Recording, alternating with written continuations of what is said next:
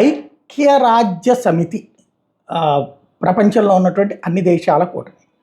ఇంతవరకు ఇందులో హిందుత్వానికి సంబంధించిన అంశాలకి చోటు లేదు.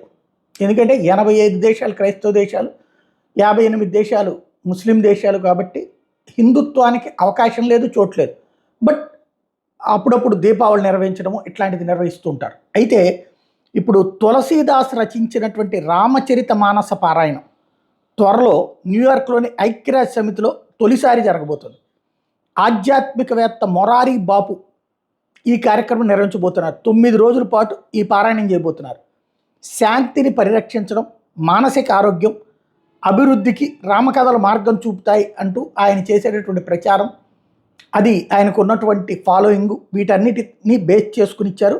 గుజరాత్కి చెందిన ఆయన 60 ఏళ్లుగా అనేక దేశాల్లో రామకథల్ని పారాయణం చేస్తున్నారు. ఐక్యరాజ్య సమితి ఇప్పుడు ఆయన్ని ఆహ్వానించింది.